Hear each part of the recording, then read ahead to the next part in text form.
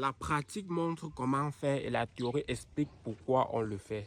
Voilà pourquoi dans une société où les gens estiment que la théorie est moins importante et que la pratique peut prendre le dessus, les gens se contentent de refaire ce qu'ils ont toujours eu l'habitude de faire, même quand les données changent. Sinon, comment expliquer qu'une personne normalement qui a fait de la théorie, qui a compris ce qu'on entend par la fibre neutre, lorsqu'on prend le cas par exemple d'une poutre en étude, qui a compris ce qu'on entend par fibre neutre, il sait que la fibre neutre, par exemple lorsqu'une poutre est soumise à des efforts, à la hauteur H2, c'est-à-dire à mi-hauteur, on a des fibres qui sont pratiquement neutres. Ça veut dire qu'ils ne sont soumis ni à la compression, ni à la traction.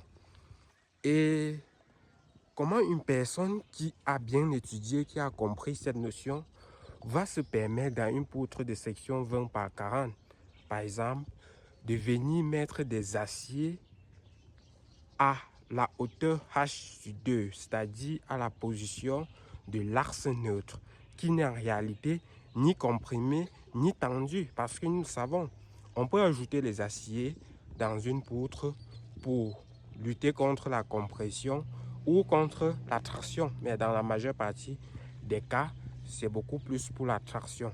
Donc une personne qui a bien compris cette notion ne peut en aucun cas venir s'aventurer à disposer des aciers à cette position-là.